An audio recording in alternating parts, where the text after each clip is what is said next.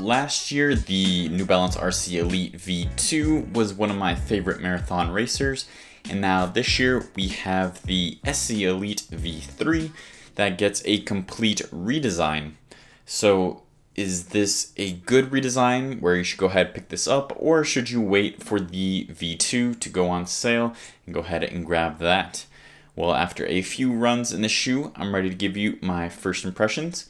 But first, just a quick disclaimer that I did buy this shoe with my own money, so like all my reviews, this does not affect my opinion of it, and they're just my complete honest thoughts. But anyways, let's go ahead and dive into the specs. So the stack height is now 40 millimeters in the heel and 36 in the forefoot, with a 4 millimeter heel to toe drop. The weight comes in at about 8 ounces for a men's size 9. The price range is around $230 to $250, and I put this in the carbon plated racer category. Let's talk about what's new in the shoe overview, starting with the upper. So the upper of the V3 is a one-piece knitted mesh with a stretchy knitted tongue and a traditional heel. The midsole uses their supercritical TPU fuel cell foam. Sandwiched in the middle is a redesigned carbon fiber plate. For the outsole, it has rubber coverage in the high wear areas, even including on the carbon plate. Talking about fit, I'd say go true to size on the shoe. That's what I ended up doing, and I thought that the length and the width were right on. Moving on to the ride of this shoe, I thought that going from the 8 millimeters down to a 4 millimeter drop, plus the new, more aggressive carbon plate, really made this shoe feel faster, felt a little snappier. I think that the new energy arc system had a lot to do with that as well, and that is essentially a combination of this kind of valley that goes through the shoe and the shape of the plate and how they work together. Just when you land, it compresses and pops back, and I actually really noticed that on the forefoot. When I was picking up the pace, I could kind of feel it compress and give me that energy return, that nice little pop off the toe. So while I am a fan of the ride and the midsole of this shoe, the upper is a different story. So it's kind of one of those like knitted uppers with the traditional heel, which is very similar to what was on the Hoka Carbon X3. And I absolutely hated that upper. I could not get a solid lockdown on that shoe. I had horrible heel slipping. Luckily, this shoe is not as bad as that shoe.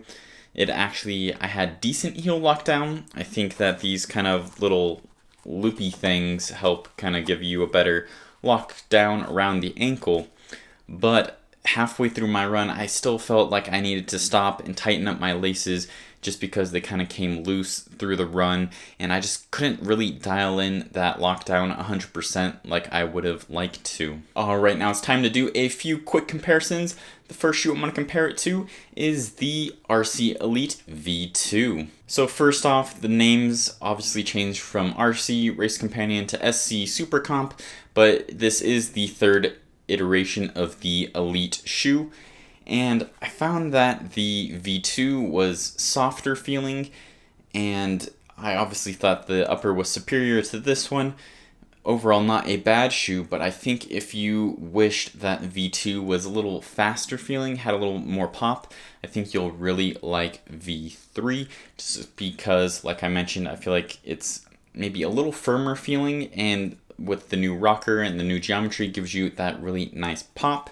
For me personally, I kind of wish that I had one of those prototypes where it had the V2 upper on the V3 midsole. I think that would be an awesome shoe. Anyways, I don't think you can go wrong with either. And if you're okay with maybe not a super snappy feeling shoe, but something maybe a little more plush, but still a fast marathon racer, you might want to wait for V2 to go on sale and pick that up, but everybody has their own preferences. Next up, I'll be comparing the SC Elite V3 to the SC Trainer. So this is the high cushioned illegal training companion to the SC Elite, and they actually share a lot of the same DNA. They both have carbon fiber plates and that energy arc system, and they both use fuel cell foam. However, they do use different fuel cell compounds. Like I mentioned, the SC Elite V3 uses that supercritical TPU foam, While, if I'm not mistaken, I think that the SC Trainer, it isn't super critical, and I think it's an EVA TPU blend. Either way, it's still a super soft and plush shoe, but they're definitely different shoes. This one is way thicker, way more cushioned, and it's way heavier as well. I think it's like 4 ounces heavier. But I do kind of like the upper on the SC Trainer a little bit better. Like I mentioned, just kind of that lockdown on the V3. And one thing I did notice between the two is that the rocker on the SC Elite V3 does feel a little more aggressive. I'm not sure if that's because it has a 10mm drop or what, but I think that this is a really good training companion to the shoe if you just want to use it for recovery days, long run days, something where you just want to give your legs a little rest, and then use this for when you're picking up the pace. My final comparison is going to be with the Saucony Endorphin Pro 3. So in my first impressions of the Endorphin Pro 3, I compared it to the RC Elite V2. That's because I honestly thought those two did feel pretty similar. They're both super soft shoes, had kind of a similar rocker, similar feel.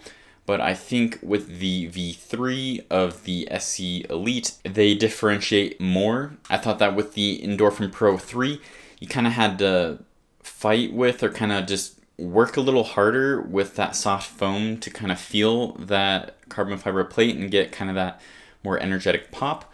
Well, I thought the revisions with this shoe, you could feel that pop a lot easier, and you didn't have to fight through a lot of the soft foam.